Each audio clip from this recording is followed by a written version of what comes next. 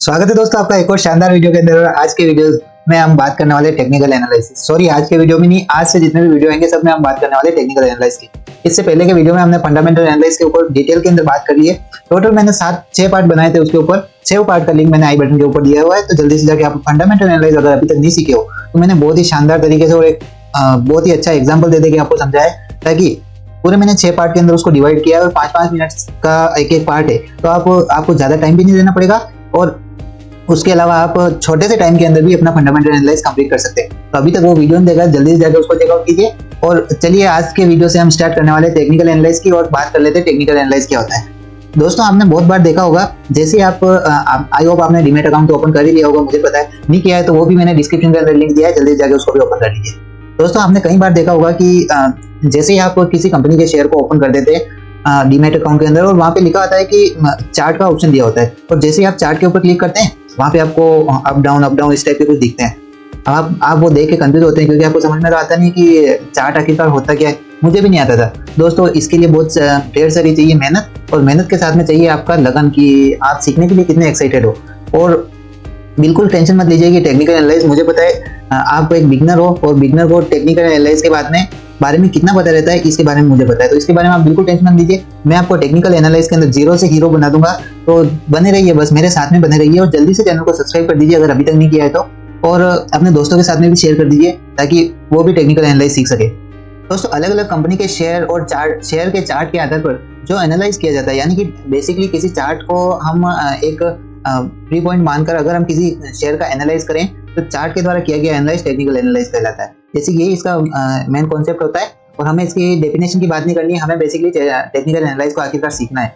आपको पता है दोस्तों, शेयर मार्केट में बिना किसी गाइडेंस के अगर आप शेयर मार्केट के अंदर ट्रेडिंग करेंगे तो बिना नॉलेज की गाड़ी चलाने के समान है। यानी कि अगर आप गाड़ी चला रहे हो और आपको नॉलेज नहीं है तो आप डेफिनेटली कहीं जगह टूट जाएगी गाड़ी आपकी। और अगर आपको एक प्रॉपर नॉलेज है, और भले बीच में कितने भी टर्न अराउंड आए, कितने भी कुछ भी आए, फिर भी आप अगर गाड़ी को चलाना आता है आपको, तो आप 100% एक सही जगह पे पहुंचेंगे। तो टेक्निकल एनालाइज के अंदर मेन यही है कि अगर आपको चार्ट का एनालाइज करना आता है तो 100% आप एक बहुत ही शानदार शेयर का प्रेडिक्शन कर सकते हैं। और इसके लिए चार्ट का एनालाइज कहाँ होगा, चार्ट के अंदर भी बहुत सारे टाइप आते हैं दोस्तों। इसमें आप कैंडलस्टिक सीखेंगे, कैंडलस्टिक पैटर्न कौन से होते हैं, कैंडलस्टिक आखिरकार होता क्या है। इसके अलावा आप सीखेंगे कि जो इंडिकेटर होते हैं, इंडिकेटर कौन कौन से यूज़ किए जाते हैं। इसके अलावा वहीं पे आप और भी बहुत सारे पैरामीटर होते हैं, हर एक के बारे में अलग अलग से वीडियो बनाऊंगा, तो उसकी टेंशन आप बिल्कुल मत लीजिए। और चलिए अब बात करते हैं हम कि टेक्निकल एनालिसिस आखिरकार करते हैं कैसे। तो टेक्निकल एनालिसिस को करने का बेसिक यही कॉन्सेप्ट है कि आपको अपने डीमैट अकाउंट के अंदर जाना है। वहाँ पे आपको एक चार्ट दिखता है, चार्ट के ऊपर अलग अलग टाइप के इंडिकेटर आपको यूज़ करने होते हैं, और हर इंडिकेटर का यूज़ करके एक स्टॉक का प्रेडिक्शन करना होता है। और आप कितने टाइम के लिए टेक्निकल एनालाइज करना चाहते हैं तो वो सब टाइम फ्रेम को सेलेक्ट करना होता है। हर एक पॉइंट के बारे में हम डिटेल से बात करेंगे, लेकिन बेसिक से बात कर लेते हैं कि टेक्निकल एनालाइज आखिरकार होता है क्या है। दोस्तों, टेक्निकल एनालाइज बेसिकली उन्हीं लोगों के लिए यूज़ किया जाता है जो कि शॉर्ट टर्म के लिए किसी भी स्टॉक को बाय या सेल करना चाहते हैं। तो मेन उन्हीं के लिए टेक्निकल एनालाइज होता है। अदरवाइज आप लॉन्ग टर्म के लिए किसी स्टॉक को बाय करते हैं तो आपके लिए फंडामेंटल एनालाइज बेस्ट ऑप्शन है, आप उसकी तरफ जा सकते हैं। लेकिन आपको शॉर्ट टर्म में बहुत सारा पैसा कमाना है तो इसके लिए आपको टेक्निकल एनालाइज सीखना ही पड़ेगा। और कहाँ से सीखोगे, वो सीखोगे आप स्टॉक नॉलेज विद एक्सके के साथ, यानी कि यहीं पर। तो बने रहिए इस वीडियो के अंदर। और मुझे पता है आप थ्योरी से बोर हो रहे होंगे, लेकिन बिल्कुल टेंशन मत लीजिए। आने वाले वीडियो में हम थ्योरी से हट के भी प्रैक्टिकल भी करेंगे, आपके सामने करके बताऊंगा, और स्टॉक को बाय और सेल करके बताऊंगा। बिल्कुल टेंशन मत लीजिए। चलिए आगे बात करते हैं हम कि अगर आप बिना टेक्निकल एनालिसिस के किसी भी स्टॉक को बाय कर लेते हैं और सिर्फ अपनी सोच के आधार पर कि हाँ यार मुझे लगता है ना आने वाले टाइम में ये स्टॉक बढ़ सकता है, अगर आप ऐसा सोच के करेंगे ना 100% आप डाउनफॉल के अंदर जाएंगे और आपका जितना पैसा है ना सारा डूब जाएगा। ये श्योर है। तो बिना टेक्निकल एनालिसिस सीखे आप कोई भी स्टॉक को बाय नहीं करें, मेरा रिकमेंडेशन यही है।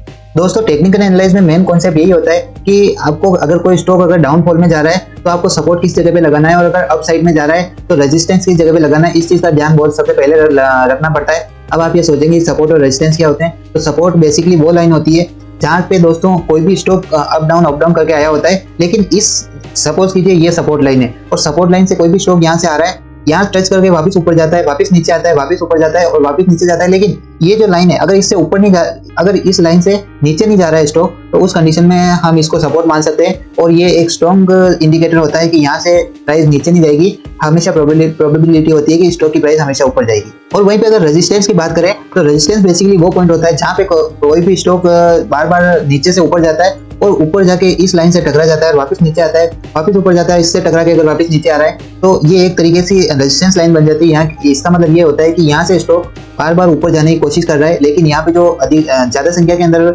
सेलर बैठे हैं वो बार बार स्टॉक को सेल कर रहे हैं, जिसकी वजह से स्टॉक की प्राइस नीचे आ रही है। तो ये एक स्ट्रॉन्ग इंडिकेटर होता है कि यहाँ से प्राइस के ऊपर बढ़ने का चांस कम है, और अगर यहाँ से ऊपर बढ़ जाता है तो फिर उसकी प्रोबेबिलिटी हाई होती है, और उसके लिए अलग से इंडिकेटर का यूज करते हैं। तो बेसिकली मेन कॉन्सेप्ट ये होता है कि आपको सपोर्ट और रेजिस्टेंस का ध्यान होना चाहिए। कई बार आपने देखा होगा कि बहुत सारी जो कंपनियां होती है वो लोगों को पागल बनाती है और अपने जो स्टॉक की प्राइस होती है कंटिन्यूसली ऊपर बढ़ाती जाती है।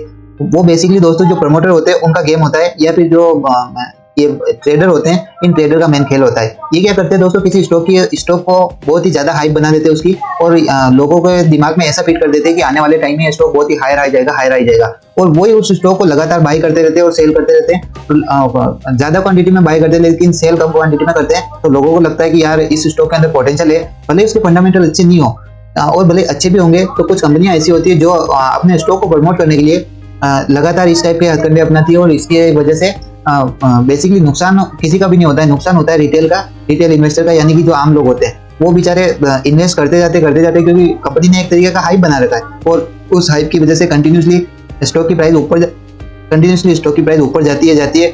और एक टाइम ऐसा आता है जब वो कंपनी के जो प्रमोटर होते हैं उनको लगता है कि यार अब हमें प्रॉफिट बुक कर लेना चाहिए, तब वो एक साथ इतनी ज्यादा क्वांटिटी के अंदर स्टॉक को वापस सेल कर देते हैं कि जिसकी वजह से जो रिटेल इन्वेस्टर होते हैं यानी कि छोटे इन्वेस्टर, उनको स्टॉक को सेल करने का भी टाइम नहीं मिलता है। उसकी वजह से उनको इतना बड़ा नुकसान हो जाता है कि वो बेचारे डिप्रेशन में चले जाते हैं। तो दोस्तों स्टॉक मार्केट के अंदर ये इस टाइप के स्कीम को हम पंप और डंप की स्कीम बोलते हैं, और पंप और डंप की स्कीम से हमेशा बच के रहना चाहिए, क्योंकि इसके अंदर 100% आपका पैसा डूबता है। मैं भी दोस्तों कई बार इस टाइप की स्कीम के अंदर फंसा हुआ हूँ। मैंने भी, हालांकि मैं स्टार्टिंग का इन्वेस्टर हूँ, मैं कोई बहुत बड़ा ज्ञानी नहीं हूँ, लेकिन मैंने भी इस टाइप के स्कीम के अंदर एक बार फंस गया था। और मैंने जो एलिगेंट फ्लोरिकल्चर नाम की एक कंपनी थी उसके अंदर मैंने उस टाइप का एक स्टॉक था, उसको मैंने बाय कर लिया, एलिगेंट फ्लोरिकल्चर का।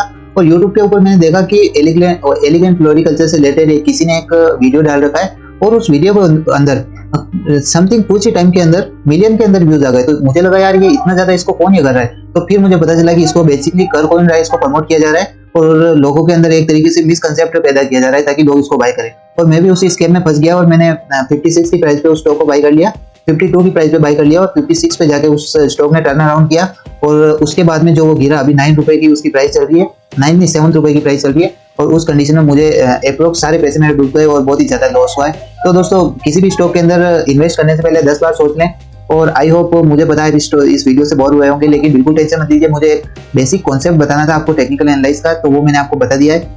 और हम मिलते हैं ऐसे ही अगले वीडियो में, तब तक के लिए thank you so much video को पूरा देखने के लिए। और अगले वीडियो से हम स्टार्ट करेंगे कैंडलस्टिक क्या होता है, इसके अलावा चार्ट पैटर्न क्या होता है, इन सब के बारे में डिटेल से बात करूंगा। तो बिल्कुल टेंशन मत लीजिए, और हम मिलते हैं अगले वीडियो में। Happy journey, thank you so much, bye bye.